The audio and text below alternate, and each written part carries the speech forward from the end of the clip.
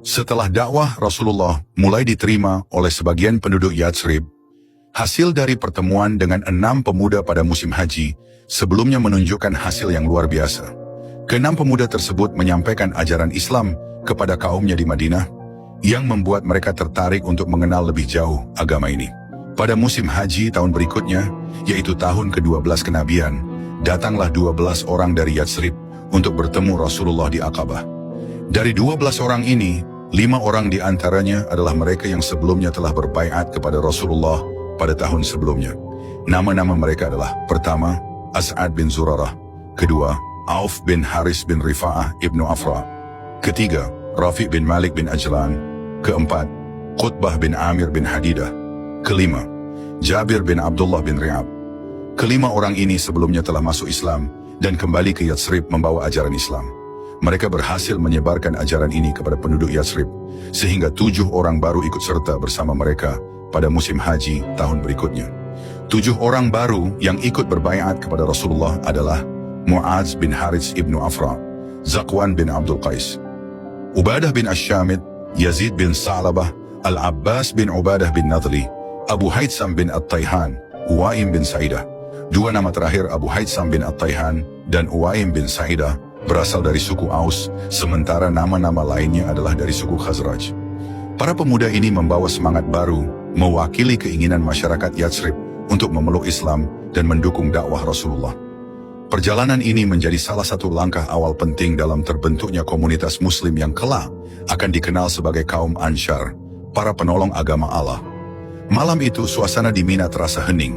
Angin malam membawa aroma pasir yang dingin, seakan menyelimuti rahasia besar yang akan terjadi. Rasulullah dengan penuh harap kepada Allah menunggu kedatangan rombongan dari Yatsrib Madinah. Hati beliau dipenuhi doa, memohon agar misi dakwah ini mendapat sambutan yang baik. Di antara deru angin dan langkah-langkah kaki peziarah yang lain, tampaklah sekelompok pemuda mendekat ke Aqabah. 12 orang yang membawa harapan baru bagi penyebaran Islam tiba di hadapan Rasulullah. Mereka adalah utusan dari kaum Aus dan Khazraj. Beberapa di antaranya telah bertemu beliau pada musim haji sebelumnya. Wajah-wajah mereka penuh keikhlasan, menyiratkan keyakinan bahwa malam itu akan menjadi awal perubahan besar bagi tanah Yatsrib. Rasulullah menyambut mereka dengan senyuman lembut. Kalian telah datang pada malam yang diberkahi. Mari kita berbincang tentang janji yang akan kalian ikrarkan, ujar beliau dengan suara yang menenangkan. Di bawah cahaya remang bintang, Rasulullah berbicara dengan penuh keikhlasan. Aku hanya meminta kalian untuk berjanji atas 6 hal. Tidak menyekutukan Allah, tidak mencuri, tidak berzina, tidak membunuh anak-anak kalian, tidak berdusta, dan tidak bermaksiat kepadaku dalam perkara kebaikan.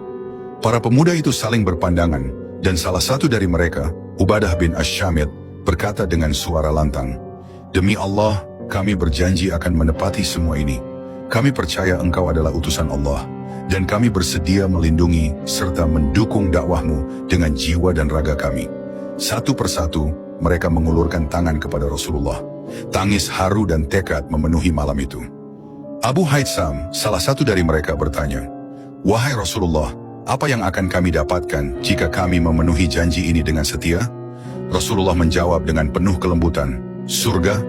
Mendengar jawaban itu, seluruh rombongan mengucapkan, "Kami rela mengorbankan segalanya untuk surga." Setelah peristiwa bersejarah itu, Rasulullah merasa bahwa cahaya Islam mulai menyebar keluar Mekah. Namun, tantangan baru menanti di Yatsrib.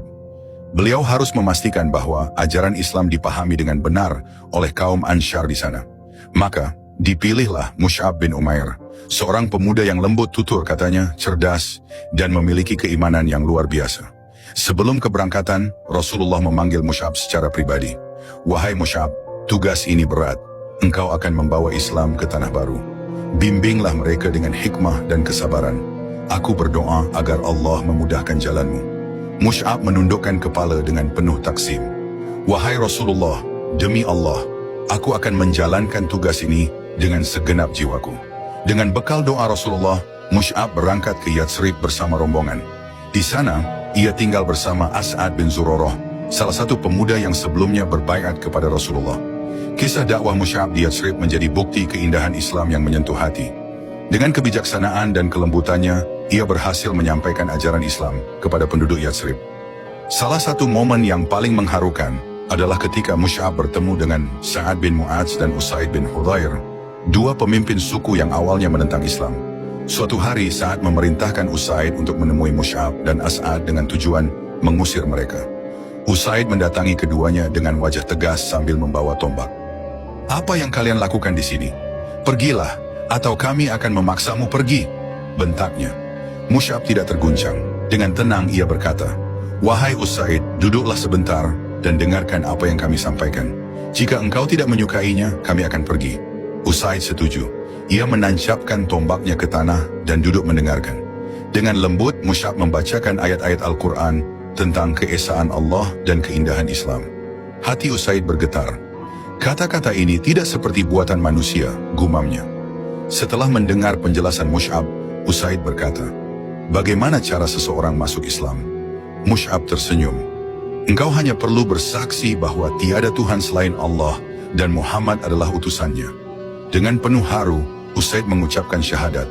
Ia segera kembali kepada Sa'ad bin Mu'adz dan berkata, "Pergilah dan dengarkan apa yang mereka sampaikan. Aku yakin mereka membawa kebenaran." Ketika Sa'ad menemui Mus'ab dan mendengar ayat-ayat Al-Quran, ia pun merasakan hal yang sama. Dengan mata berkaca-kaca ia berkata, "Aku bersaksi bahwa tiada Tuhan selain Allah dan Muhammad adalah utusannya." Masuk Islamnya Sa'ad dan Usaid menjadi titik balik besar. Seluruh suku mereka berbondong-bondong mengikuti langkah mereka, hingga hampir tidak ada rumah di Yatsrib, kecuali di dalamnya terdapat Muslim. Setelah setahun berdakwah di Yatsrib, Mus'ab kembali ke Mekah untuk memberikan laporan kepada Rasulullah. Dengan wajah penuh kebahagiaan, ia berkata, "Wahai Rasulullah, penduduk Yatsrib menerima Islam dengan hati terbuka. Kini Islam telah menyebar ke setiap sudut kota."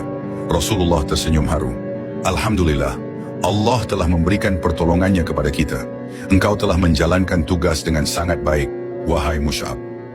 Para sahabat yang mendengar kabar ini ikut bersyukur. Mereka melihat bahwa cahaya Islam mulai menerangi seluruh jazirah Arab, namun mereka juga tahu bahwa perjuangan belum selesai. Perjalanan ini masih panjang dan pengorbanan akan terus dibutuhkan. Peristiwa Bai'at Aqabah pertama menjadi bukti awal dari dukungan kaum Ansyar kepada Rasulullah. Mereka tidak hanya berjanji untuk beriman, tetapi juga bersedia melindungi beliau dengan jiwa dan raga mereka. Janji setia ini menjadi fondasi awal bagi terbentuknya komunitas Muslim di Madinah, yang kelak menjadi pusat kekuatan Islam. Rasulullah berdoa di malam setelah bai'at tersebut. Dengan suara penuh kelembutan, beliau berkata, "Ya Allah, limpahkan rahmat-Mu kepada mereka yang telah beriman. Jadikan mereka penolong agamamu. Kuatkan hati mereka dan satukan umat ini dalam cinta kepadamu." Malam itu menjadi saksi perjalanan baru Islam. Cahaya keimanan yang mulai menyala di Mekah, kini telah menjalar ke Yatsrib, membawa harapan baru bagi umat Muslim. Bai'at Aqabah pertama adalah awal dari perubahan besar yang akan mengguncang sejarah dunia. Pada musim haji tahun ke-13 kenabian, momen besar bagi perkembangan dakwah Islam pun tiba. Sebanyak 73 laki-laki dan 2 wanita dari Yatsrib datang ke Makkah, bergabung dalam rombongan kaum musyrik yang tengah melaksanakan ibadah haji. Namun, tujuan mereka bukan sekadar menunaikan ritual haji, melainkan juga untuk berbaiat kepada Rasulullah, sebagai bentuk kesetiaan mereka terhadap perjuangan Islam. Di tengah kesibukan musim haji, mereka berkomunikasi secara rahasia dengan Rasulullah dan menyepakati pertemuan di Lembah Aqabah, dekat Jumrah Ula di Mina. Pertemuan itu direncanakan berlangsung di tengah malam yang gelap, agar tidak tercium oleh kaum Quraisy yang selalu mengawasi. Malam itu sunyi, hanya suara desiran angin yang menemani mereka. Sambil mengendap-endap, para peserta baiat meninggalkan perkemahan mereka. Para laki-laki membawa kesungguhan di wajahnya, sementara 2 wanita, Nusaibah binti Ka'ab Ummu Ammarah dan Asma binti Amr Ummu Mani, menyertai dengan tekad yang sama. Hati mereka berdegup kencang, mengetahui bahaya yang mengintai apabila pertemuan ini diketahui oleh Quraisy. Di sisi lain, Rasulullah mendekati tempat pertemuan itu bersama pamannya, Abbas bin Abdul Muthalib, yang saat itu masih memeluk agama nenek moyangnya. Meskipun Abbas belum memeluk Islam, cintanya kepada keponakannya membuatnya rela hadir untuk memberikan dukungan. "Wahai keponakanku," ujar Abbas dengan suara pelan namun penuh wibawa, "engkau tahu betapa